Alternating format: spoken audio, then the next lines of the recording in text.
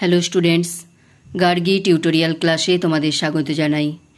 দেখো, আজকে আমার আলোচ্য বিষয় হলো বর্ধমান ইউনিভার্সিটি 6 সেমিস্টার স্টুডেন্টসদের জন্য ACC 4 হিসাবে যাদের হিস্ট্রি রয়েছে, অর্থাৎ an understanding to Indian art বা ইতিহাসের আলোকে ভারতীয় শিল্পকলা, এই বিষয়টি নিয়ে যারা পড়াশোনা করছো, তোমাদের একটি গুরুত্বপূর্ণ সাজেশন এর আগে আমি দিয়েছিলাম। সেখান থেকে আমি 12টা প্রশ্ন রেখেছিলাম। এই 12টা প্রশ্নের মধ্যে সমস্ত প্রশ্নের উত্তরই আমার দেওয়া হয়ে গেছে। এগুলো তোমরা আমার চ্যানেলে পেয়ে যাবে। এছাড়া তোমাদের জন্য যে 6 সেমিস্টারের প্লেলিস্ট বানিয়ে রেখেছি, সেখানে গিয়ে তোমরা থাম্বনেল দেখে প্রশ্নের উত্তরগুলো কালেক্ট করে নিতে পারবে।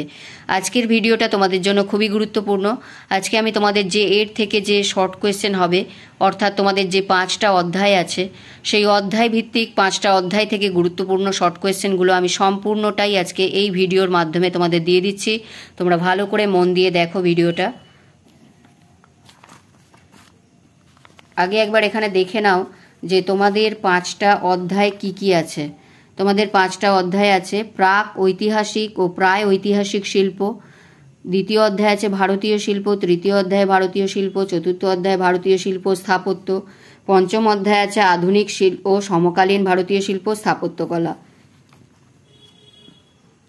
দেখো, প্রথম অধ্যায় থেকে তোমরা এইটা করবে আগে, প্রাক ঐতিহাসিক যুগ কাকে বলে, পোলিওগ্রাফি কাকে বলে, কে কবে ইংরেজিতে প্রি হিস্ট্রি শব্দটি প্রথম ব্যবহার করেন, প্রায় ঐতিহাসিক যুগ কাকে বলে, প্রাচীন প্রস্তর যুগকে কি কি ভাগে ভাগ করা হয়, প্রাচীন প্রস্তর যুগকে আর কি নামে অভিহিত করা হয়।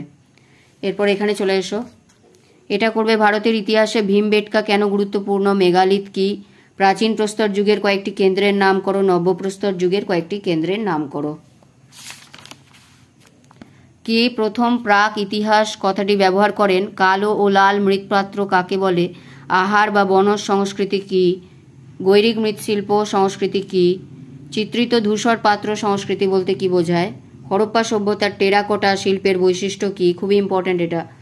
এরপর দেখো এখানে হরপ্পা সভ্যতার লিপি সম্পর্কে কি জানো। আমি সবটাই দেখিয়ে দিচ্ছি, তবুও আমি যেগুলো গোল করে দিয়েছি সেগুলোই বেশি ইম্পর্ট্যান্ট হিসাবে আমি রেখেছি। হরপ্পা সভ্যতার 5টি শিল্প নির্ণায়ক বৈশিষ্ট্য উল্লেখ করো। তাহলে এটা হয়ে গেল তোমাদের ফার্স্ট অধ্যায়। এরপর আসছি দেখো দ্বিতীয় অধ্যায়, যেটা আমি এখানে 2 বলে লিখে রেখেছি, অর্থাৎ 2 নম্বর অধ্যায় এটা। দেখো এখানে আছে এপিগ্রাফি ও পোলিওগ্রাফি, প্যালিওগ্রাফি কি, চৈত কি, দুটি চৈতের নাম করো। স্তূপ কি, দুটি স্তূপের নাম লেখো। বিহার কাকে বলে, আমি উত্তরগুলো আর বলে দিচ্ছি না, তোমরা দেখে নাও এখান থেকে। মৌর্য স্থাপত্য ভাস্কর্যে দুটি করে উদাহরণ দাও।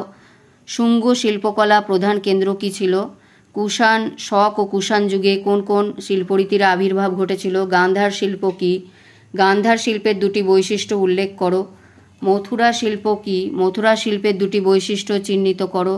বেঙ্গি অমরাবতী শিল্পকলা কাকে বলে, এইগুলো একটু করে নিও।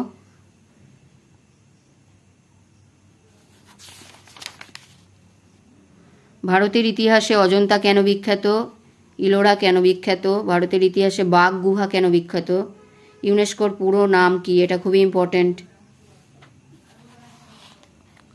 ভারতের কয়েকটি সাংস্কৃতিক ঐতিহ্য সম্পন্ন স্থানের নাম, ভারতের মিশ্র প্রকৃতির ঐতিহ্যের উদাহরণ কোনটি। হয়ে গেল তোমাদের দ্বিতীয় অধ্যায়। এরপর আসছি দেখো তৃতীয় অধ্যায়। এখানে 3 লেখা আছে, অর্থাৎ এটাই তোমাদের তৃতীয় অধ্যায়। এগুলো একটু করে নিও। এখানে করবে সুলোপানি কে, খাজুরাহো কোথায় অবস্থিত, কোন বংশের পৃষ্ঠপোষকতায় খাজুরাহের মন্দিরটি নির্মিত হয়েছিল।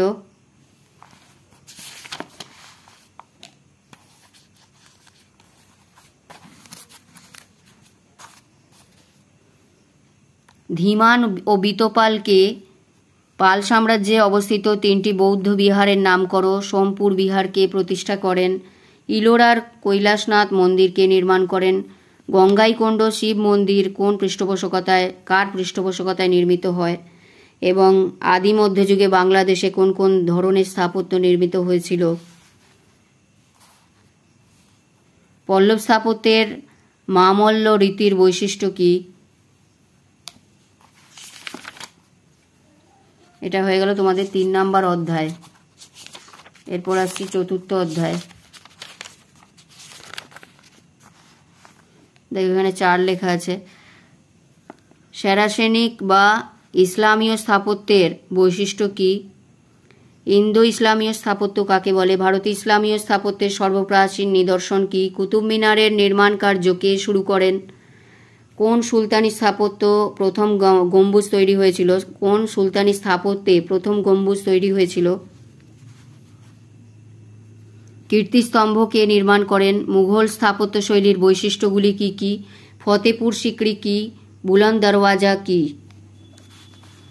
এই শর্ট কোয়েশ্চেনগুলো দেওয়ার সাথে সাথে আরও যদি কিছু বড় কোয়েশ্চেনের মধ্যে ইম্পর্টেন্ট থেকে থাকে, এ সবার শর্ট কোয়েশ্চেন দেওয়ার পর, অর্থাৎ আমি যে 9টা সাবজেক্ট নিয়েছি সমস্ত শর্ট কোয়েশ্চেন দেওয়ার পর যদি কিছু থেকে থাকে, আমি সেই সমস্ত প্রশ্নের উত্তরগুলো তখন দিয়ে দেব।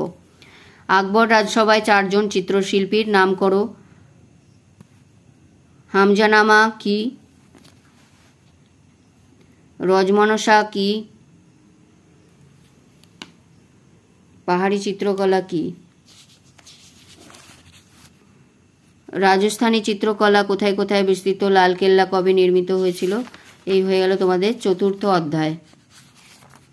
এরপর 5ম অধ্যায়, এটা কালীঘাটের পট ও বটতলা চিত্র কেন বিখ্যাত?